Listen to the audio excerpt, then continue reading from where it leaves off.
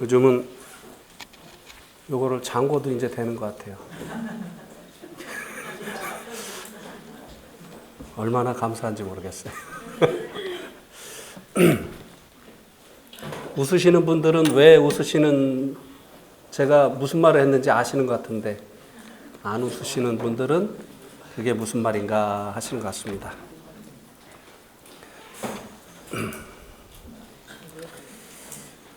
오늘 본문 말씀은 요한복음 14장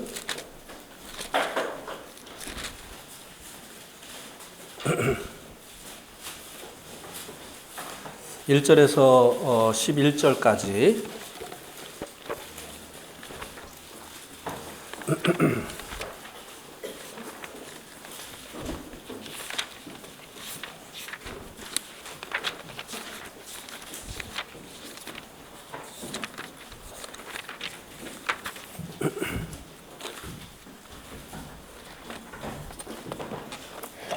우리 형제 자매님들 교독하시겠습니다. 1절 형제님들이 읽겠습니다. 시작. 너희는 마음에 근심하지 말라. 하나님을 믿으니 또 나를 믿으라.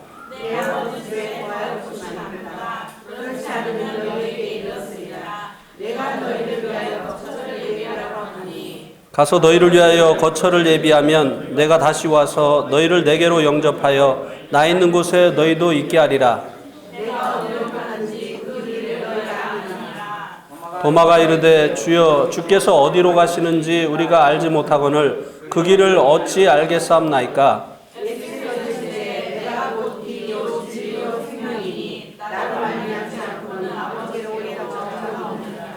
너희가 나를 알았더라면 내 아버지도 알았으리로다. 이제부터는 너희가 그를 알았고 또 보았느니라.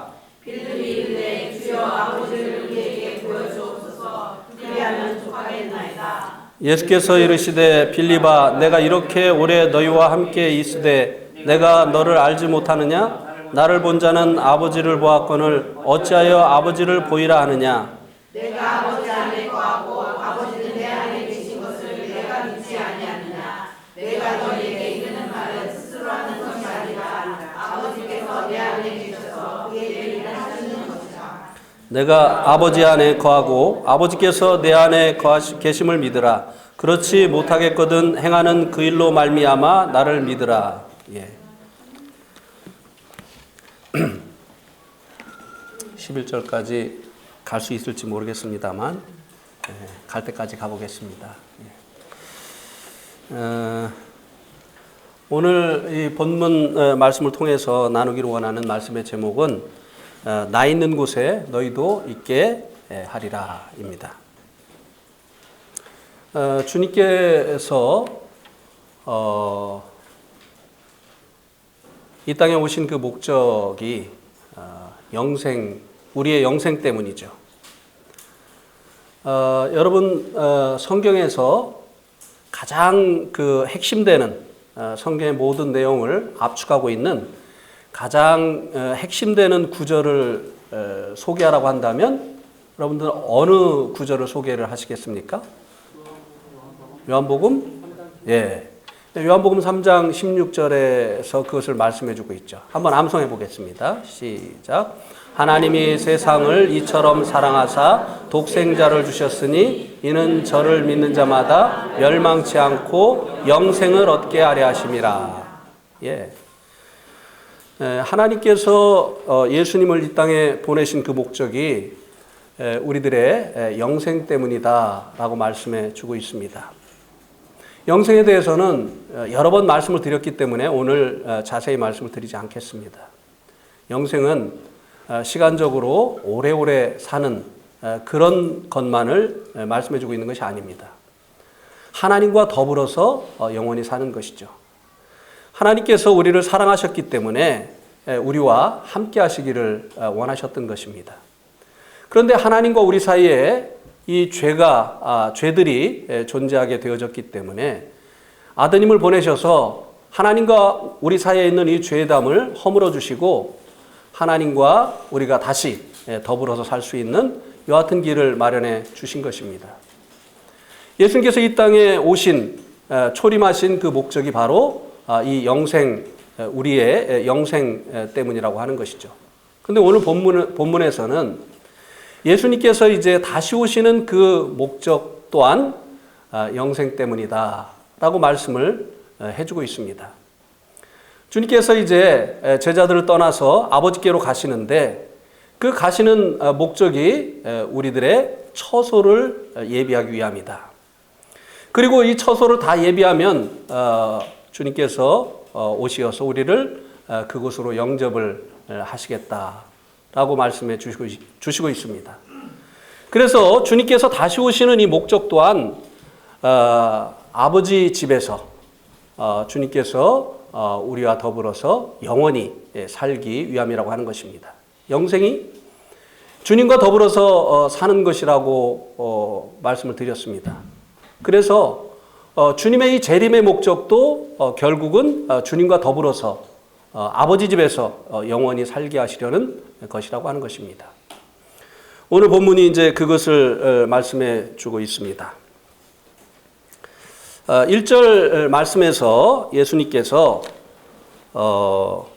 제자들에게 마음에 근심하지 말라고 말씀해 주시고 있습니다. 왜냐하면 제자들이 지금 근심을 하고 있기 때문이죠.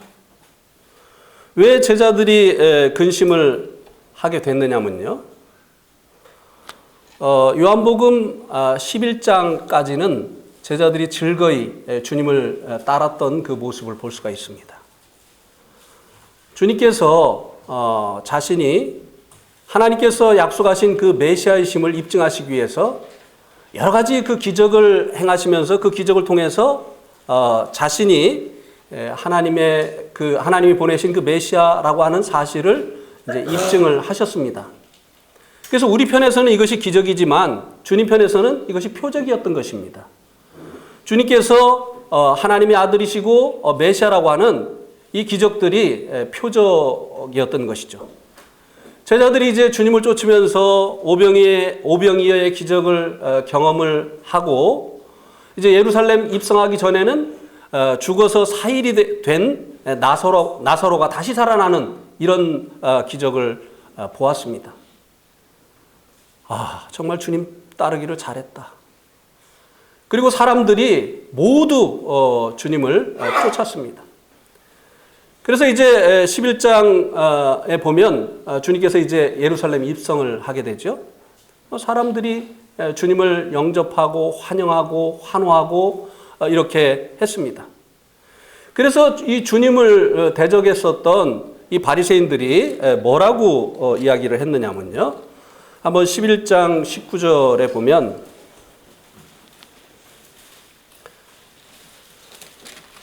아, 12장 19절에 보면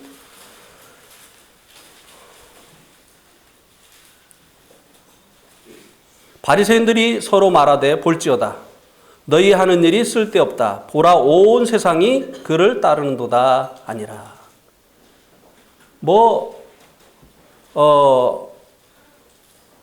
이스라엘의 모든 사람들이 예수님을 이제 추종을 하게 된 거죠. 이때 제자들이 얼마나 좋았겠습니까? 우리가 잘 선택했다. 우리가 모든 것을 버리고 이분을 쫓은 것은 정말 탁월한 선택이었다. 이때까지 굉장히 그들이 기뻤을 것입니다. 그런데 이제 12장 20절 이후에 이들을 실망시키는 그런 말씀을 주님께서 계속 하십니다.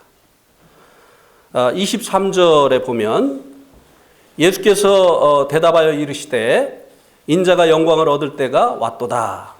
내가 진실로 진실로 너에게 이르노니 한 알 미리 땅에 떨어져 죽지 아니하면 한 알 그대로 있고 죽으면 많은 열매를 맺느니라. 주님에게 헬라인이 온 것을 주님께서 보시고 이 말씀을 하신 거죠. 이방인인 이 헬라인이 주님께로 온 것은 이제 먼저 주님을 영접할 수 있는 기회를 얻었던 유대인들이 주님을 거절하고 주님을 영접해서 메시아를 통해서 얻게 되기를 원하는 그 복을 이방인들이 이제 받기 시작한다고 하는 이 사인으로 주님께서 보신 것입니다. 그래서 인자의 영광을 얻을 때가 왔다. 이방인의 때가 시작되는 거죠. 은혜 시대가 시작되는 거죠. 교회 시대가 시작되는 거죠. 그런데 주님께서 말씀하신 이 영광은 한 알 밀알이 떨어져 땅에 떨어져 죽어야만 열매를 맺는다. 주님 말씀하신 영광은 주님의 죽음이었던 것이에요. 주님이 이제 이 제자들에게 자신의 죽음을 말씀하시기 시작을 하는 것입니다. 주님께서 창세전에 가지셨던 그 하나님의 아들의 그 영광이 있죠. 그러나 여기서 말씀하신 이 영광은요, 이 땅에 오셔서 죽음을 통해서 획득하신 구원자의 영광을 얘기하는 것입니다. 여기 이제 자매님들이 많이 계신데요. 여자라고 다 엄마라고 하는 이 영광을 얻는 것이 아니잖아요. 그죠? 누가 이 엄마라고 하는 영광을 얻죠? 해산의 수고를 통해서 자녀를 낳은 자만이 엄마라고 하는 영광을 얻는 것이에요. 주님은 이제 찬송을 받으시기에 합당하신 하나님이셨습니다. 그러나 그분이 이 땅에 오셔서 사람이 되시고 한 알 밀알이 되셔서 죽지 아니하셨다고 한다면 구원자의 영광은 얻을 수 없으셨어요. 그래서 이제 주님께서 영광을 얻을 때가 되었다 이렇게 말씀을 하셨는데 여기서 말씀하신 이 영광은 죽음을 통해서 얻게 되어지는 바로 이 구원자의 영광을 말씀을 하셨던 것이죠. 어쨌든 사람들이 다 주님을 쫓고 환영하고 또 주님에게 열광하고 또 주님이 여러 가지 그 기적을 행하시고 이렇게 할 때는 제자들이 정말 주님을 쫓은 것을 잘했다고 생각을 했었을 것입니다. 그러나 그 주님이 죽는다고 하는 이런 이야기를 했을 때 제자들의 심령이 어떠했겠느냐고 하는 것이에요. 그러면 우리들은 어떻게 되는 것인가? 만약에 주님이 돌아가신다고 한다면 모든 것 버리고 주님을 쫓았던 우리들은 어떻게 되는 것인가? 자, 그 다음에 또 말씀을 하셨죠. 31절. 이제 이 세상에 대한 심판이 이르렀으니 이 세상의 임금이 쫓겨나리라. 내가 땅에서 들리면 모든 사람을 내게로 이끌겠노라 하시니 이렇게 말씀하심은 자기가 어떠한 죽음으로 죽을 것을 보이심이로라. 주님께서 또 죽음을 얘기하셨어요. 그랬더니 이 말을 알아들은 이제 주님을 쫓는 자들이 물었습니다. 34절에 이에 무리가 대답하되 우리는 율법에서 그리스도가 영원히 계시겠다 함을 들었거늘 너는 어찌하여 인자가 들려야 하리라 하느냐? 인자가 누구냐? 네. 왜 죽음을 얘기하느냐 이 말이죠. 이 메시아는 그 위가 영원하리라고 했는데 이 메시아는 죽지 않는 존재인데 당신이 메시아라고 하면 죽는다고 하는 얘기 하지 말아야 되는 거 아니냐? 우리가 당신을 메시아로 지금 믿고 따르고 있는데 당신이 죽는다고 하면 당신이 말한 그 인자가 도대체 누구냐? 주님께서 이제 계속 자신의 이 죽음을 얘기할 때마다 주님을 쫓던 사람들은 불안해졌어요. 이것은 큰 근심거리였습니다. 13장 33절에 보면 작은 자들아 내가 아직 잠시 너희와 함께 있노라. 너희가 나를 찾을 것이나 일찍 내가 유대인들에게 너희는 내가 가는 곳을 올 수 없다고 말한 것과 같이 지금 너희에게도 이르노라. 이 말은 무엇을 암시하고 있는 거죠? 네, 잠시 동안만 주님께서 이들과 함께 있고 이후로는 이들과 함께 있지 않게 된다는 말씀 아닙니까? 당신이 이 세상을 떠나실 것을 말씀하신 거예요. 네. 이런 말을 들은 제자들의 마음속에 근심이 찾아오지 않았겠느냐고 하는 것이에요. 실제적으로 마태복음 17장 22절 23절 한번 보시겠습니다. 마태복음 17장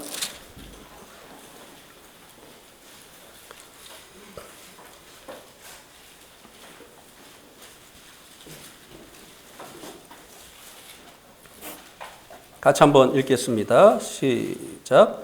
갈릴리에 모일 때 예수께서 제자들에게 이르시되 인자가 장차 사람들의 손에 넘겨져 죽임을 당하고 3일에 살아나리라 하시니 제자들이 매우 근심하더라. 그랬죠? 주님께서 당신의 죽음을 말씀하셨을 때 제자들의 반응이 매우 근심하더라입니다. 이렇게 이제 주님께서 당신의 이 죽음을 말씀하신 것은 제자들에게 큰 근심을 불러일으켰던 것입니다.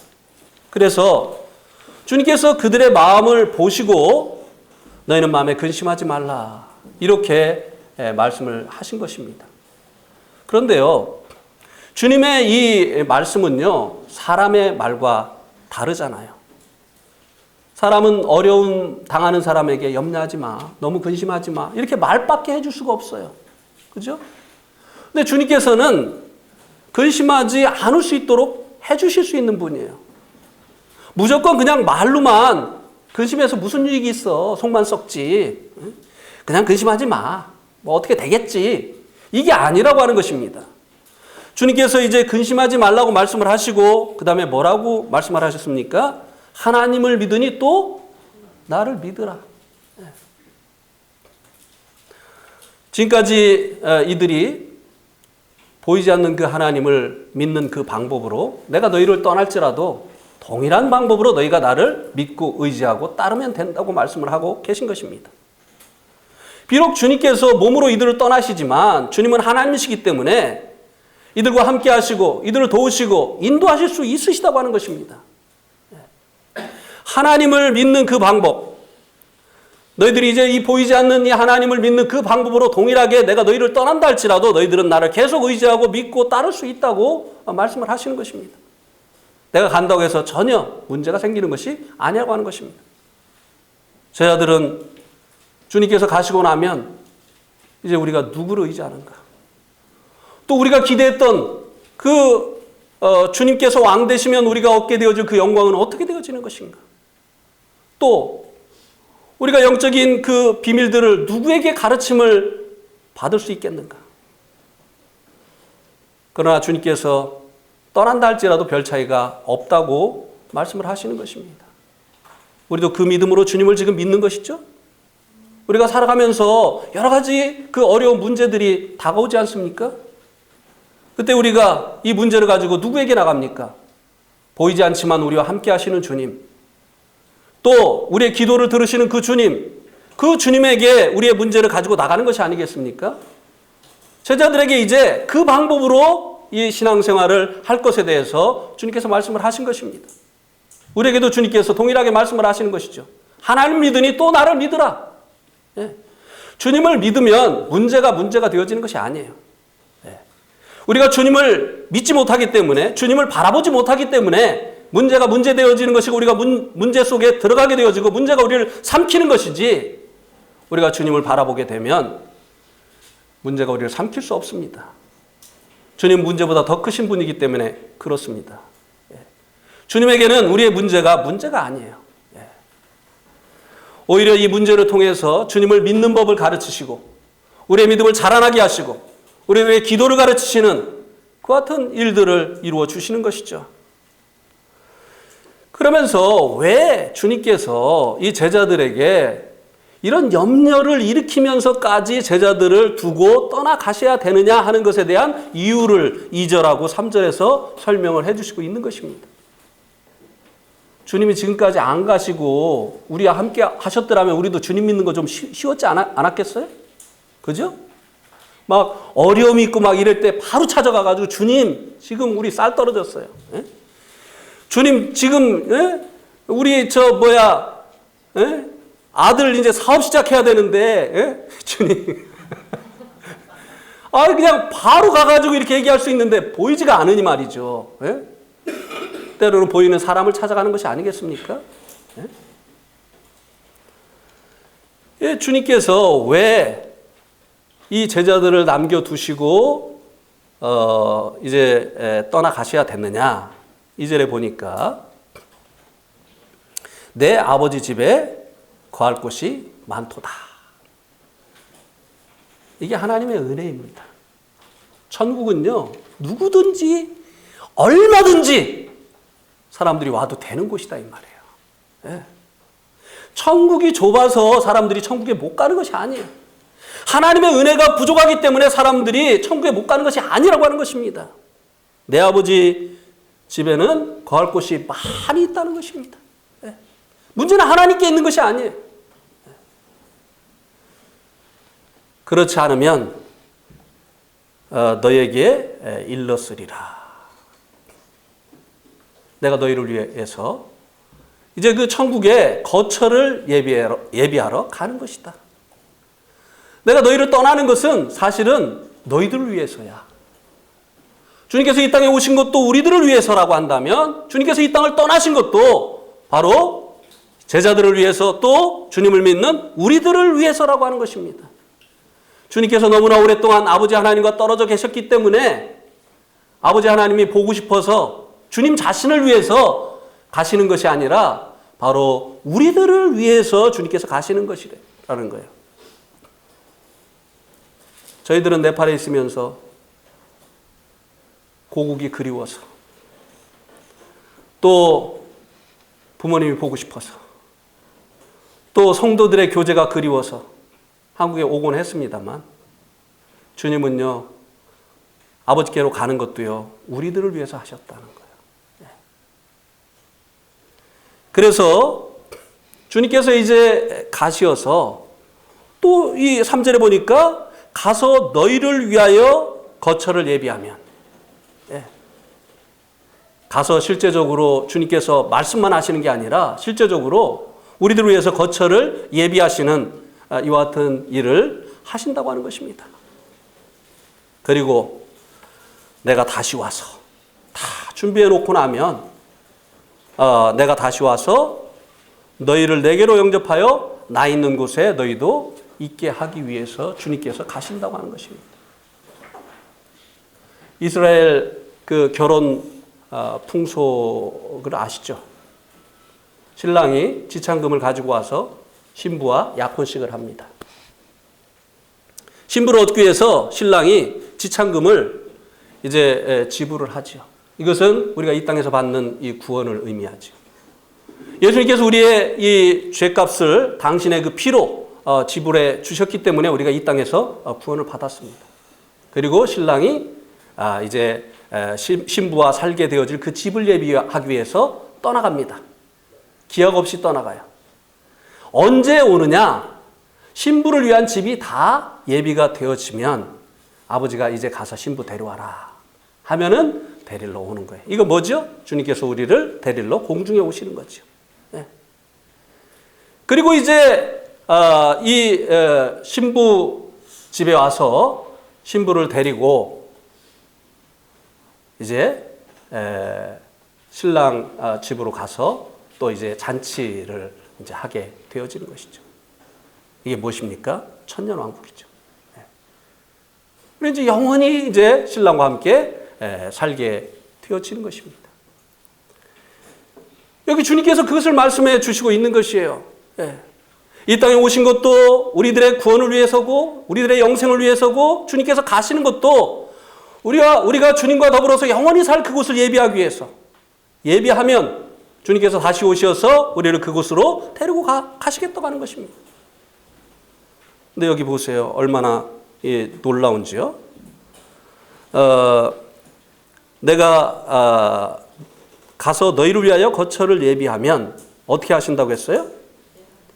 이제 다 준비됐으니까 니들이 와라 이렇게 한다고 했습니까? 우리를 모시러 오신다는 거예요. 우리가 뭔데? 이제 다 준비됐으니까 너 입주해. 이렇게 하면 되는데 주님이 우리를 다시 데리러 오신다는 것입니다. 그리고 주님이 우리를 영접하신다는 거예요. 우리가 주님 감사합니다 하고 주님 영접하고 우리가 가야 되는데 주님께서 우리를 데리러 와서 주님이 우리를 영접하신다고 하는 것입니다. 하나님의 은혜가 얼마나 크고 놀라우냐 이 말입니다. 우리가 그런 은혜를 받을 만한 자격이 있다면 모르겠어요. 우리가 무슨 자격이 있습니까? 이 땅에서도 우리의 처소를 예비하려면 청약저축하고 말이죠. 에? 허리띠 쫄라매고 돈 모아가지고 간신히 아파트 하나 장만하는데 우리가 한 일이 없잖아요. 천국의 거처를 위해서는. 그곳에 들어갈 수 있도록 주님이 하셨고 그곳에 거처도 주님이 마련하셨는데 또 주님이 우리를 데리러 오신다 이 말입니다. 요한복음 14장 28절을 한번 보실까요?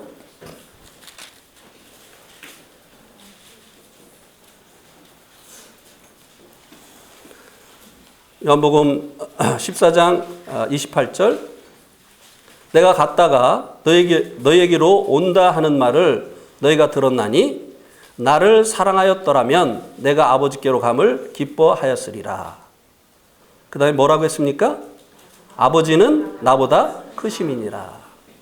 자, 누군가가 어떤 집을 이렇게 방문을 하면 작은 자가 큰 자의 집에 갑니까? 큰 자가 작은 집에 옵니까? 큰 자가 아니죠. 작은 자가 큰 자의 집을 가죠. 그죠?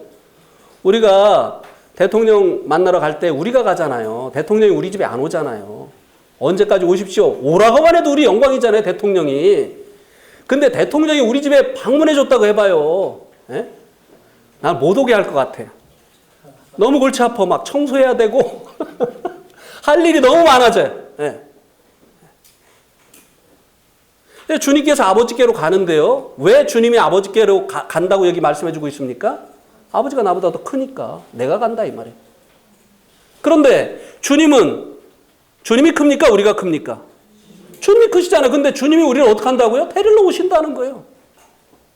그냥 오라고 하면 되는데 주님이 친히 우리를 데리러 와서 영접하셔가지고 데리고 가신다는 것입니다. 이게 웬 은혜예요? 지금 주님께서 이 말씀을 하시는 이유가 무엇일까요? 제자들의 눈이 어디로 향하고 있죠? 땅으로 향하고 있어요. 이 땅에서 예수님이 왕 되면 예수님과 더불어서 왕 노릇할 그 지금 심산으로 주님을 쫓고 있거든요. 그러니까 주님께서 이 말씀을 통해서 제자들의 눈을 어디로 돌리시려고 하는 것입니까? 하늘로. 어떤 이 땅의 이유 때문에 예수 믿는 사람들에게 너희들이 나를 믿는 이유가 하늘에 있어야 된다 라고 하는 것을 주님께서 말씀을 하시는 것입니다. 하늘의 곡조 울리니 내 마음 기쁘도다. 왜요? 이 땅 보이는 것은 잠시 잠깐이잖아요. 아무리 좋아도 꽃은 시들고 또 풀은 마르고 잠시 잠깐이잖아요. 우리 인생 한결 같잖아요.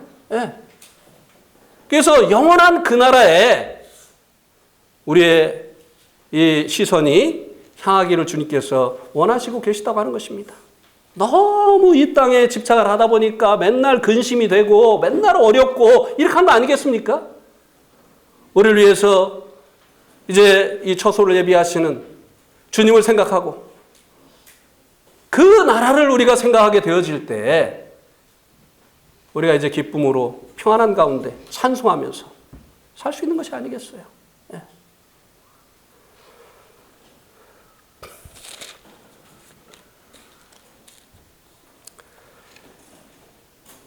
그러면서 이제 주님께서 이제 아버지께로 가는 그 길을 너희가 안다고 말씀을 하셨습니다. 4절에 한번 보세요. 내가 너희로 어디로 14장 4절이요. 내가 어디로 가는지 그 길을 너희가 아느니라. 알긴 뭘 알아요. 네? 도마가 당장 대답했잖아요. 주님은 안다고 했는데 도마는 뭐라고 했어요? 이르되 주여 주께서 어디로 가시는지 우리가 알지 못하거늘 그 길을 어찌 알겠사옵나이까. 주님은 안다고 했는데 도마는 뭐라고 했어요? 모른다고 했어요. 왜 그럴까요? 주님의 말씀에 맞을까요? 도마의 말이 맞을까요? 둘 다 맞아요. 둘 다 맞아요.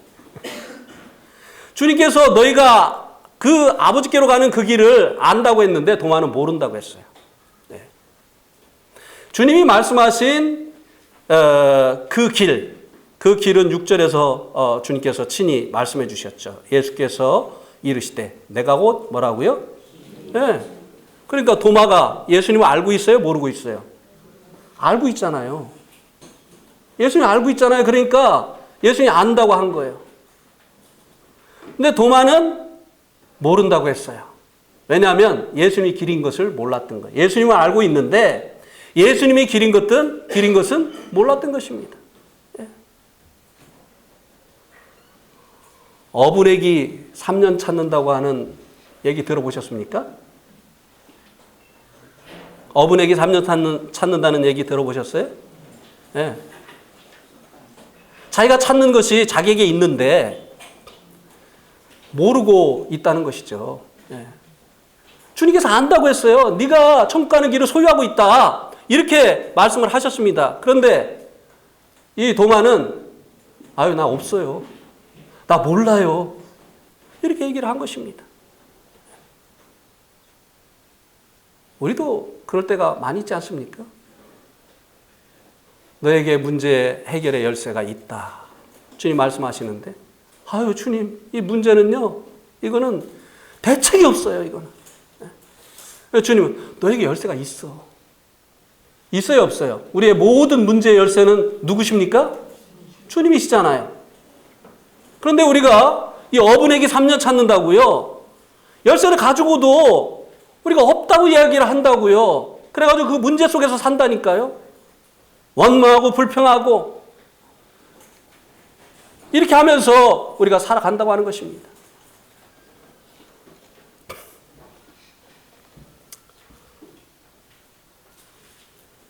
이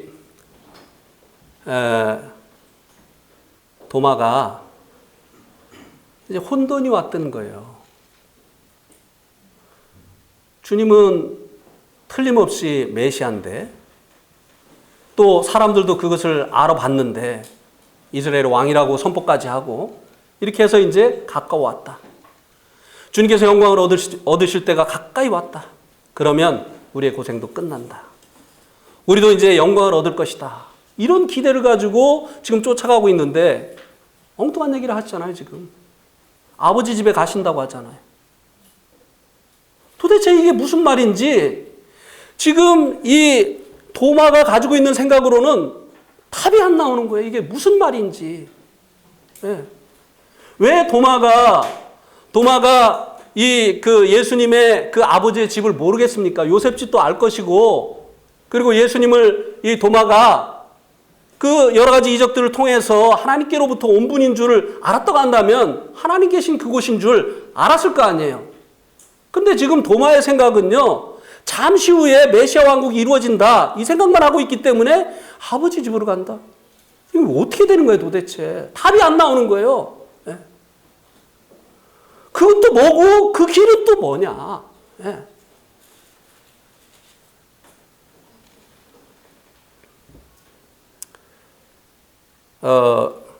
우리 한번 마태복음 13장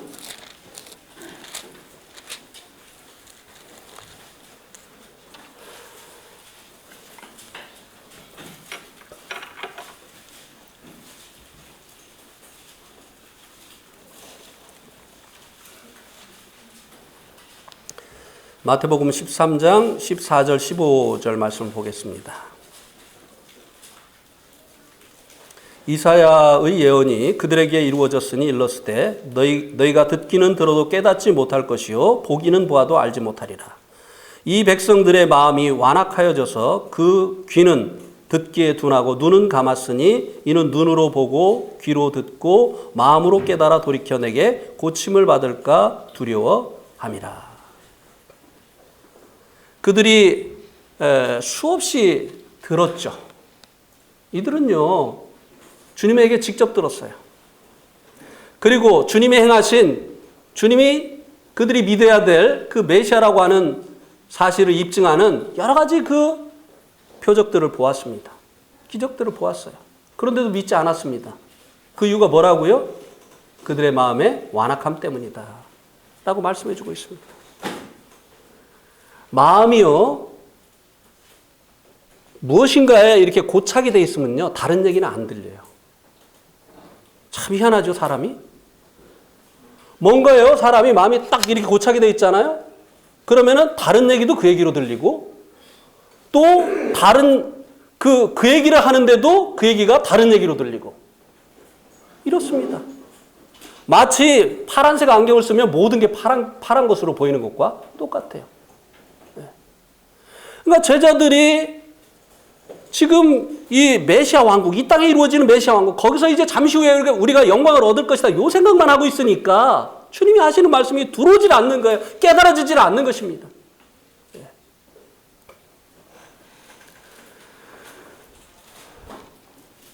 우리 한번 고린도 후서 3장 15절 말씀도 한번 보시겠습니다.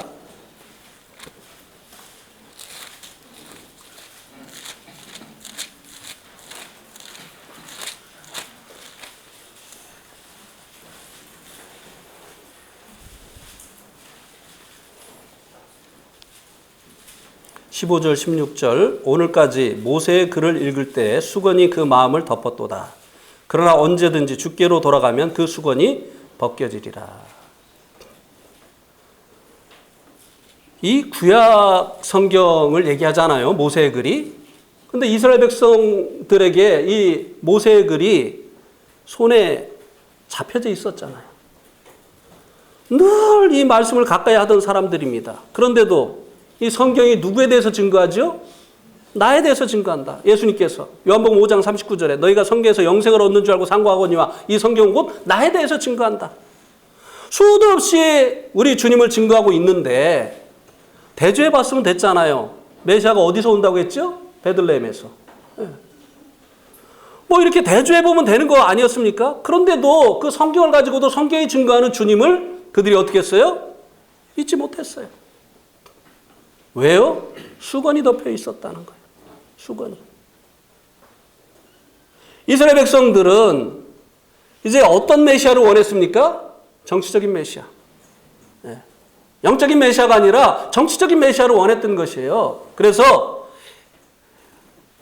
로마의 앞잡이 헤롯을 몰아내고 이스라엘의 메시아가 왕이 돼서 이제 이스라엘 나라를 세계의 중심이 되는 이 같은 나라로 만들어줄 그 메시아를 원했던 것입니다. 그런데 메시아가 죽으면 그들에게 메시아가 될 수 없었던 것이죠. 그래서 이 수건이 그 자기의 그 고정관념, 이 고정관념이라고 하는 이 수건이 딱 덮여 있으면요, 아무리 하나님의 말씀을 봐도 안 깨달아지는 것이에요. 그런데 주께로 주는 영이시니 그런데 언제든지 주께로 돌아가면 그 수건이 벗겨지리라. 주님을 만나고 나면요, 아이고 이게 다 주님을 증거했네. 내가 이거를 왜 어분에게 정말 3년 찾았네. 이 성경을 들고도 왜 성경이 증거하는 이 주님을 내가 몰랐을까. 유대인들이 그런 고백하잖아요. 주님 만나고 난 후에 아이고 이사야서 53장 이게 완전히 그냥 주님에 대해서 얘기를 하는데 이거 몰랐네. 이런 고백을 하지 않습니까? 저도요, 구원을 받고 나가지고 성경을 보니까요, 구원받을 만한 그 성경 구절에다가 다 빨간 줄을 쳐놨더라고요. 그러니까 이게 수건이 덮여 있던 것이 아니고 뭐겠습니까? 어떻게 그렇게 구원받을 만한 성경 구절에다 빨간 줄을 쳐놓고도 구원을 못 받았느냐 이 말이에요. 네. 왜 그랬냐면요, 저 같은 경우는 예수님이 나의 죄를 담당해 주신 거 알았어요. 예. 예수님의 피가 내 죄 때문이라는 거 알았습니다. 그럼 구원받는 거 아니에요? 근데도 구원 못 받았어요. 왜요? 지난 죄는 사함받고, 지난 죄만 사함받고 앞으로 죄는 자신이 없는 거예요. 죄 안 질 자신이. 그러니까 구원의 확신이 안 쓰는 거예요. 원죄는 사함받고 자범죄는 회개를 해야 된다.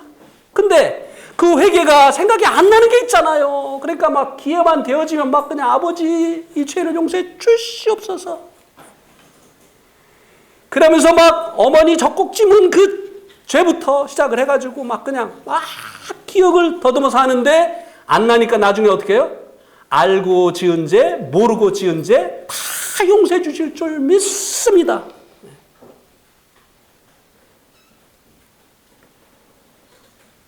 예수님이 나를 위해서 돌아가시고 내 죄를 담당해 주신 거 알았어요. 그런데도 구원의 확신이 안 오는 거예요. 근데 구원을 탁 받고 나니까요. 야, 성경이 진짜 막 깨달아지는 거예요. 흩어져 있던 그 구슬이요. 줄에 촥 깨이는 것 같은. 네. 주께로 돌아가면 수건이 벗어지는 거죠. 네.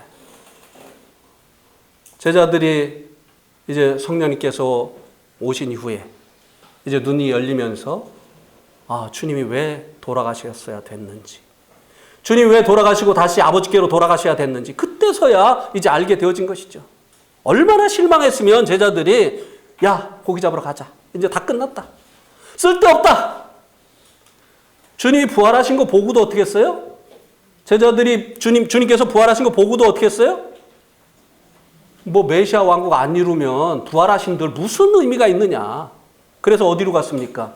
갈릴리로 대부분의 제자들이 고기 잡으러 갔잖아요. 우리 꿈 다 사라졌어. 꿈 다 깨졌어.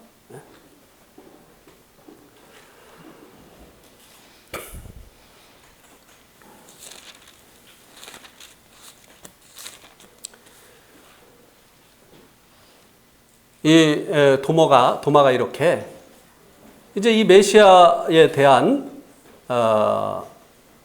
그 기대가 이 땅에 있음으로 인해서 주님께서 하시는 이 말씀을 알아들을 수가 없었던 것입니다. 그래서 주님께서 네가 알지 못한다고 이야기를 했지만 너는 알고 있다. 바로 내가 이 천국 가는 길이기 때문이다. 그리고 진리다. 그리고 생명이다. 나로 말미암지 않고는 아버지께로 올 자가 없다.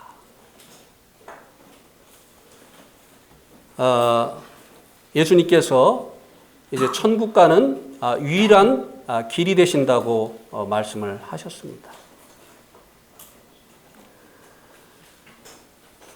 그런데 이제 이 세상에는 이제 천국 가는 많은 길들이 있다고 이야기를 합니다. 우리 한번 잠언 16장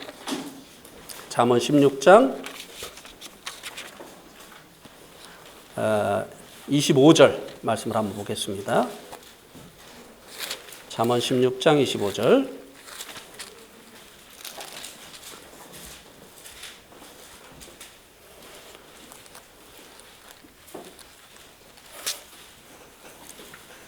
같이 읽겠습니다.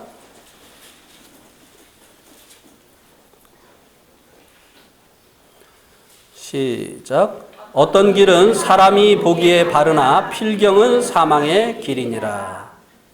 예. 많은 사람들이요, 자기가 가는 길이 바른 길이라고 생각을 하고 가고 있습니다. 여기서 말하는, 이 성경에 말하는 길은 천국 가는 길이죠. 사람들이 자기가 가는 그 길을 바른 길이라고 생각하기 때문에 가는 거죠. 그런데 예수님께서 뭐라고 말씀하셨습니까? 나로 말미암지 않고는 아버지께로 올 자가 없다. 유일한 길이라는 것입니다. 그러니까 어떤 길은 사람의 보기에 바를 뿐이고 필경은 다 사망의 길이라고 하는 것입니다. 대표적인 이 길을 이제 불교를 한번 예를 들어보죠. 이 불교는 이제 어떻게 해서 극락에 갈 수 있다고 이야기를 합니까? 선을 쌓아서 적선. 그래서 이제 사찰에 가면 대부분의 사찰에 이 탑이 있습니다. 탑. 그죠? 대부분의 사찰에 가면 불상도 있지만 이 탑이 있습니다. 이 탑이 무엇을 상징하죠? 적선.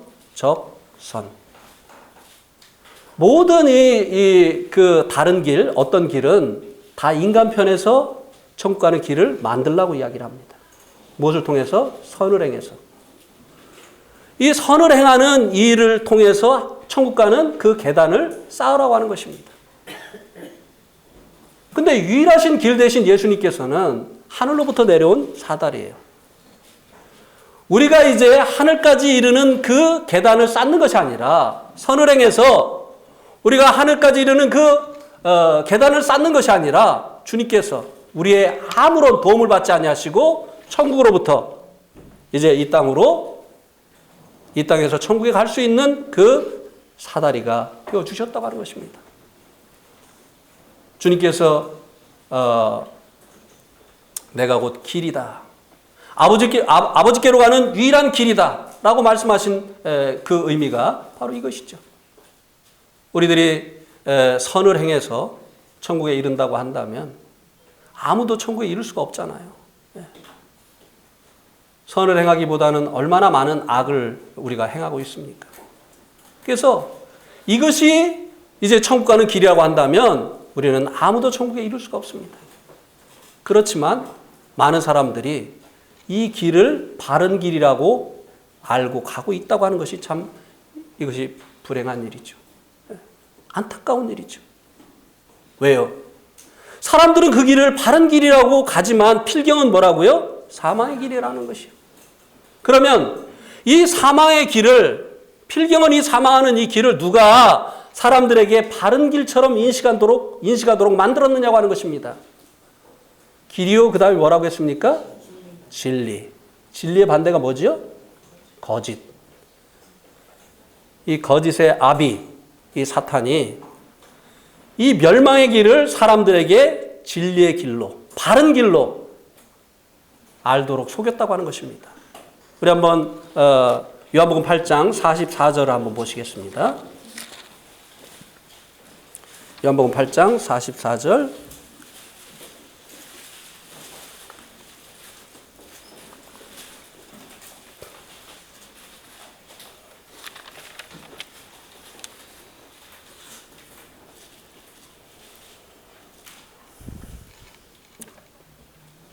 너희는 너희 아비 마귀에게서 났으니 너희 아비의 욕심대로 너희도 행하고자 하느니라. 그는 처음부터 살인한 자요 진리가 그 속에 없으므로 진리에 서지 못하고 거짓을 말할 때마다 제 것으로 말하나니 이는 그가 거짓말장이요 거짓의 아비가 되었습니다. 이 마귀는요, 여기 보니까 거짓말장이고 거짓의 아비가 되었다고 하는 것입니다. 그래서요, 마귀에게서는 진리가 나오지 않습니다. 마귀에게서 나오는 것은요, 그럴듯한데도 다 거짓이에요. 아비라는 말이 무엇입니까? 근원이라는 거예요. 그래서 모든 이 거짓은요, 마귀에게서 나온 것이에요. 그러니까 멸망하는 길을 사람들에게 바른 길로 보이게 한 존재가 누구냐? 바로 사람들이 멸망하기를 원하는 바로 이 거짓의 아비, 마귀라고 하는 것입니다. 마귀가 사람들에게 이 길이 천국 가는 길이다. 뭐 세상에 종교가 이렇게 많은데 예수 믿는 길만이 천국 가는 길이겠어? 그건 독선이야. 다 천국 가는 길이야. 사람이 정직하게 살기만 하면 돼. 그러면 천국에 이를 수 있는 것이야. 이렇게 마귀가 속이는 것이 아니겠습니까? 예. 그러나 길거리에 지나가는 남자들은 다 너희 아버지야 이렇게 말하는 것과 너희 아버지는 한 분이야 이렇게 말하는 것과 어느 것이 진리입니까? 예? 길거리에 있는 사람들 다 남자는 너희 아버지야. 그게 말이 됩니까? 거짓말이에요. 너희 아버지는 한 분이야. 아무 길이나 열심히 살면 돼. 정직하게 살면 돼. 다 이게 천국 가는 길이야. 마지막에 가면 천국에서 만나. 아니에요. 예수 그리스도만이 천국에 가는 유일한 길이라고 하는 것입니다. 이 마귀의 거짓이에요. 거짓의 아비 마귀에게서 나온 이 거짓이라고 하는 것입니다. 그래서 결국 길이요, 진리요, 그 다음에 예수님께서 뭐라고 말씀하셨습니까? 생명이다. 그런데 어떤 길은 사람의 보기에 바르지만 필경은 뭐라고요? 사망. 마귀는 이 사망의 길을 바른 길로 보이게 합니다. 그래서 마귀가 보여준 이 길을 가게 되어지면 결국은 사망으로 끝난다는 것이에요. 하나님과의 영원한 분리로 끝나게 되어진다고 하는 것입니다. 지옥에서 영혼을 보내야 되는 여하튼 결말을 맛보게 되어진다고 하는 것입니다.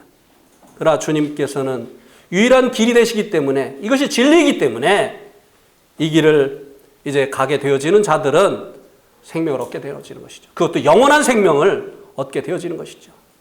그래서 예수님께서 네가 안다. 내가 바로 그 길이다. 아버지께로 가는 내가 바로 그 길이다. 그리고 내가 진리다. 예. 다른 것은 다 거짓이다. 그리고 내가 생명이다. 예. 주님께서 이 도마에게 이렇게 말씀하셨고 우리들에게도 동일하게 이렇게 말씀해 주신 것입니다. 주님께서 이제 유일하신 아버지께로 가시는 이 길이 되셨는데요. 주님께서 이제 이 제자들을 떠나셔서 아버지께로 가시기 전에 십자가를 통과하셨습니다. 그렇죠? 내가 이제 아버지께로 간다고 하신 그 주님께서 아버지께로 가시기 전에 그분은 십자가를 통과해서 아버지께로 가셨어요. 왜요? 그래야만 굳게 닫혔던 이 천국의 문이 열리기 때문에 그렇습니다. 우리들의 죄로 이 천국의 문이 닫혔기 때문에 주님께서는 우리들이 그곳에 가게 하기 위해서 이제 아버지께로 가기 전에 이 십자가를 통과하셔서 아버지께로 가셨다고 하는 것입니다. 그러면 창세기 3장 25절 말씀을 한번 보시겠습니다. 24절. 창세기 3장 24절.